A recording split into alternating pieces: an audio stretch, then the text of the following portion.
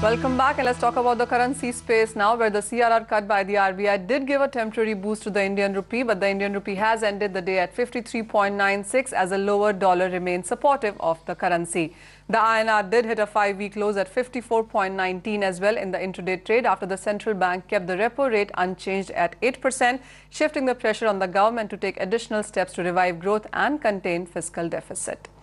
Let's also get in then Abhishek Goenka. He's CEO, India Forex Advisors, and he joins us on the currency segment. Abhishek, hi, welcome to the show. How have you read the RBI numbers? Of course, on one side, there's no change in the repo rate. Inflation is still a concern in the market. How are you making of the numbers? I think the markets are given their verdict. The rupee has maintained weakness, and the stock markets were also not too good. So I think the numbers, the revision in the forecast that has happened is definitely giving us a cue that obviously we cannot be so optimistic about the rupee getting very, very strong or the economy moving in a very, very faster pace. That's about the domestic angle if you look at. But internationally, there are a lot of developments which are happening which we cannot ignore. One is, of course, the US is started stabilizing a little bit. You know, you're seeing the numbers coming out extremely well.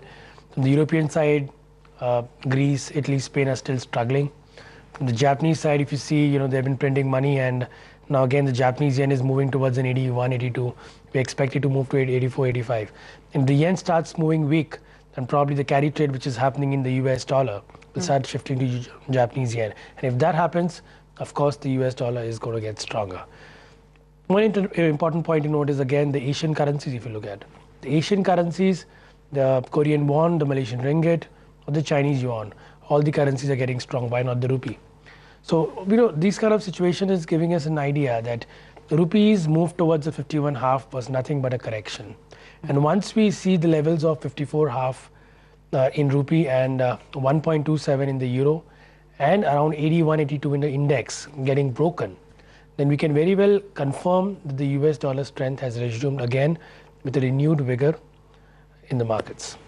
Well, the data you pointed out at Abhishek, of course, has been mixed to positive in the markets. But what ahead of the US presidential elections? Do you think the dollar will hold on its gains ahead of that as well?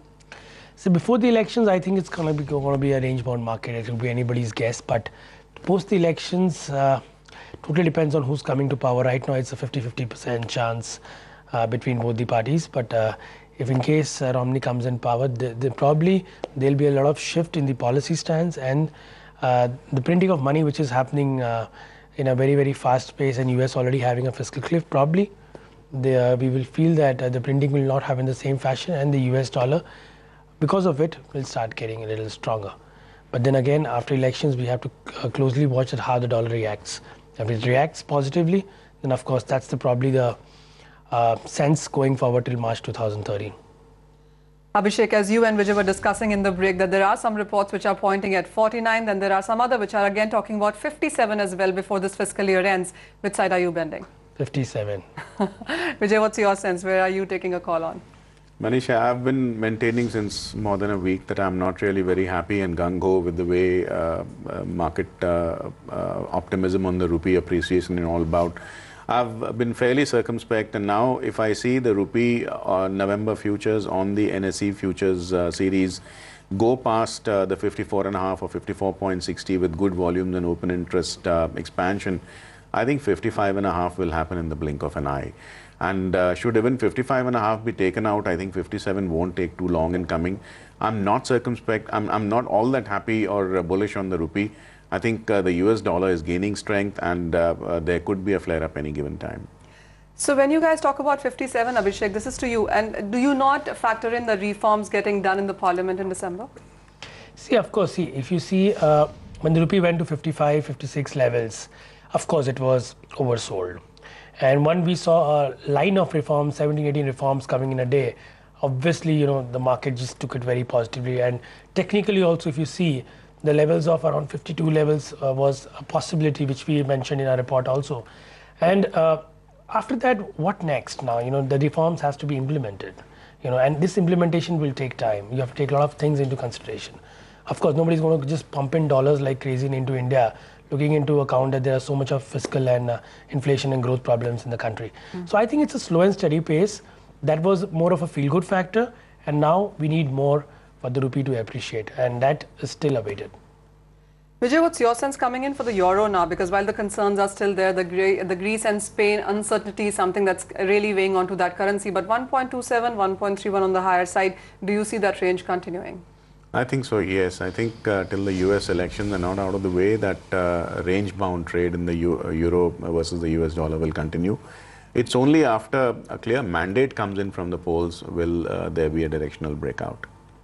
Abhishek, how have you read? I mean, you just spoke about the Asian currencies there. How do you read the Chinese yuan movement? 19-year highs coming on for that currency. Of course, it moves in those spurts there. But what are you reading from that? I think it will maintain the same fashion. The trend is very clear with the yuan, that the yuan is going to get stronger.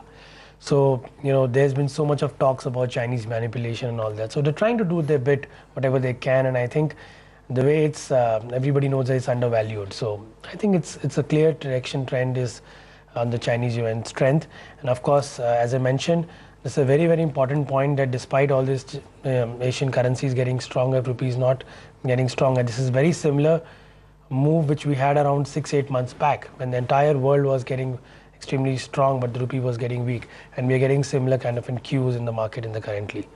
So as we always maintain, and currently also we maintain that the US dollar is likely to be getting stronger, and all the companies who are having US dollar liabilities in short term or long term should be very, very cautious in the current markets. One last final question to you, Abhishek, and this is about the expectation that, and also the RBI governor pointing out or hinting at that the next move on the interest rates might come in the Jan-March quarter. What are your expectations on that?